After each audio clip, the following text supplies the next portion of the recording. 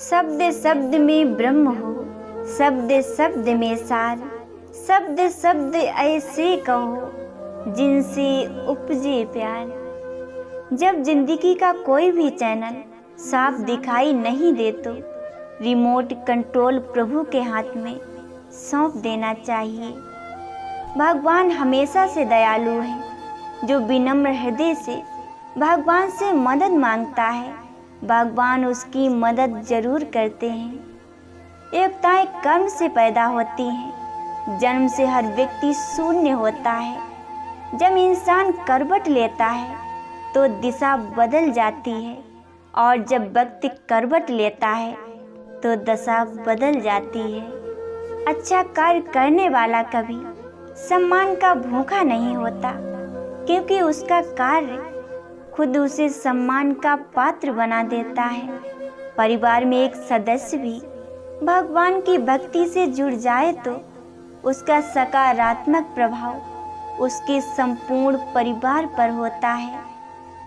सत्य मार्ग पर चलना थोड़ा मुश्किल जरूर है, मगर इस मार्ग पर आपको कोई गिरा नहीं सकता।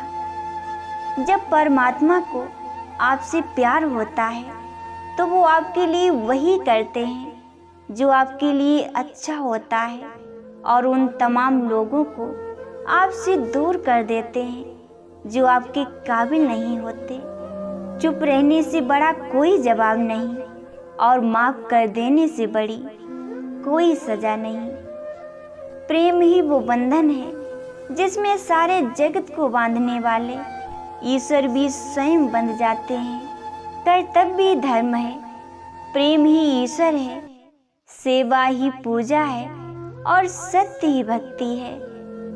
प्रहलाद जैसा विश्वास हो, भिलनी जैसी आस हो, द्रौपदी जैसी पुकार हो, मीरा जैसा इंतजार हो तो श्री कृष्ण को आना ही पड़ता है।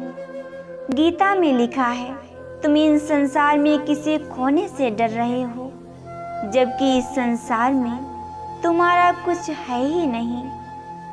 नजर में भगवान को रखकर दुनिया के दृश्य देखोगे तो बेहद खूबसूरत लगेंगे। इंसान हमेशा संकट की घड़ी से ही कुछ सीखता है। खुशी में तो अपनों को भी भूल जाता है।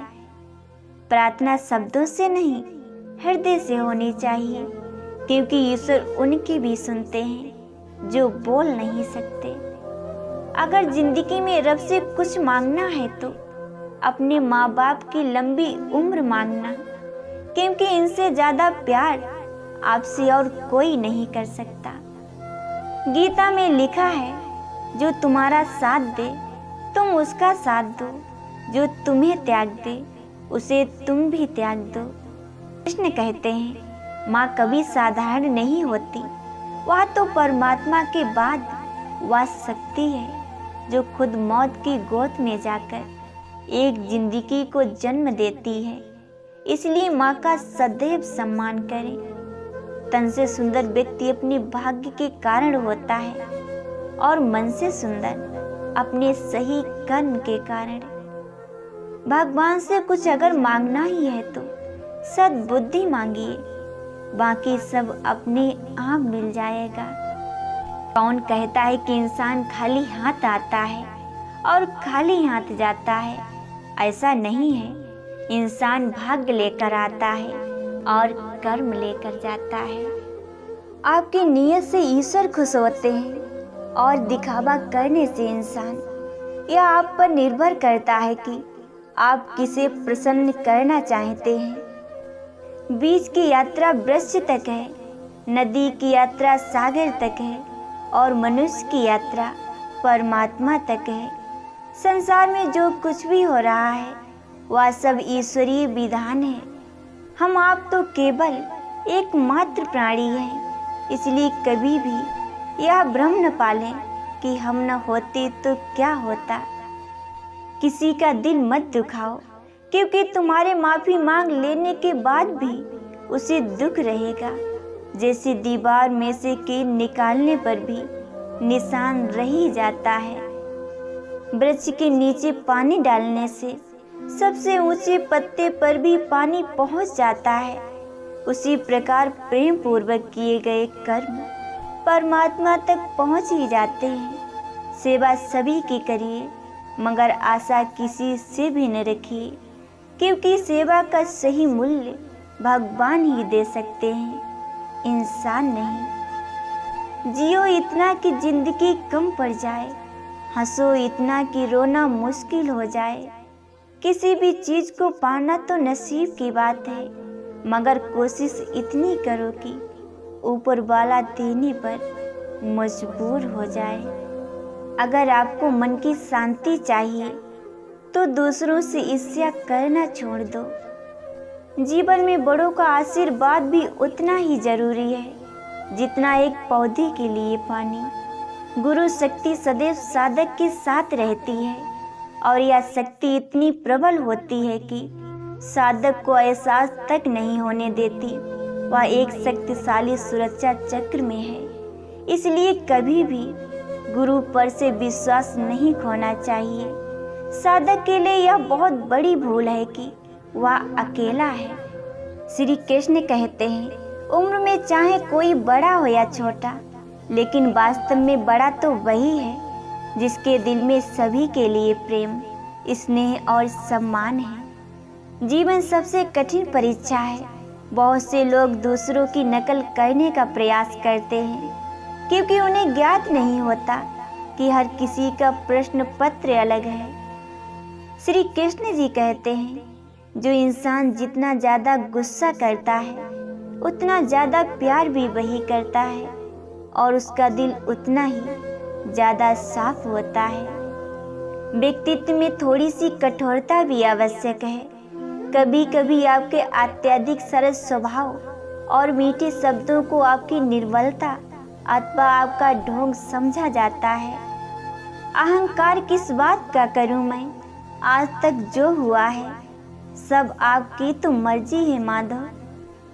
सत्य तेल की बूंद की तरह होता है, कितना भी गहरे पानी में डालकर छुपाने की कोशिश कीजिए, वह ऊपर तैरता ही रहता है।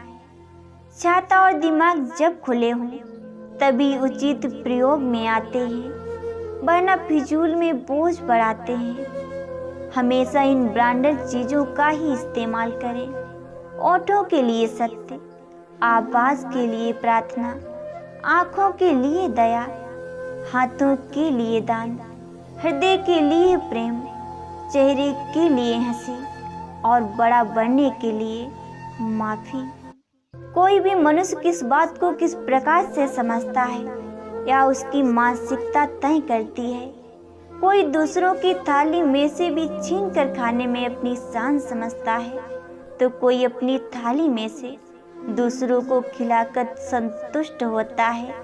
सारा खेल संस्कारों, समझ और मानसिकता का है। लेकिन एक बात तो तय है कि छीन कर खाने वालों का कभी पेट नहीं भरता और बांट कर खाने वाले कभी भूखे नहीं मरते। गुणवान मनुष्य के संपर्क में रहकर सामान्य मनुष्य भी गौरव प्राप्त करता है। जैसे फूलों के हार में रहकर धागा भी मस्तक के ऊपर स्थान प्राप्त करता है। एक बार अर्जुन ने श्री कृष्ण से कहा, इस दीवार पर कुछ ऐसा लिखो कि खुशी में पढ़ूं तो दुख हो और दुख में पढ़ूं तो खुशी हो। प्रभु ने लिखा, ये वक्त गुजर जाएगा। शरीर में कोई सुंदरता नहीं होती, सुंदर होते ही व्यक्ति के कर्म, उसके विचार, उसकी वाणी, उसका व्यवहार, उसके संस्कार और उसका चरित्र। जिसके जीवन में यह सब है वही इंसान दुनिया का सबसे सुंदर इंसान है। कठिन परिस्थितियों में संघर्ष करने पर एक बहुमूल्य संपत्ति विकसित होती है जिसका नाम है आत्मबल। शब्दों का भी तापमान होता है, ये तसल्ली भी देते हैं और जला भी देते हैं। बूंद सा जीवन है इंसान का, लेकिन अहंकार सागर से भी बड़ा है। जुबान सुधर जाए तो जीवन सुधरने में वक्त नहीं लगता। इंसान की परेशानियों के केवल 2 ही वजह हैं। वह भाग्य से अधिक उम्मीद करता है और समय से पहले चाहता है। जब सारथी कृष्ण हो तो रास्ते का डर नहीं, और उम्मीद कृष्ण हो तो टूटने का भय नहीं।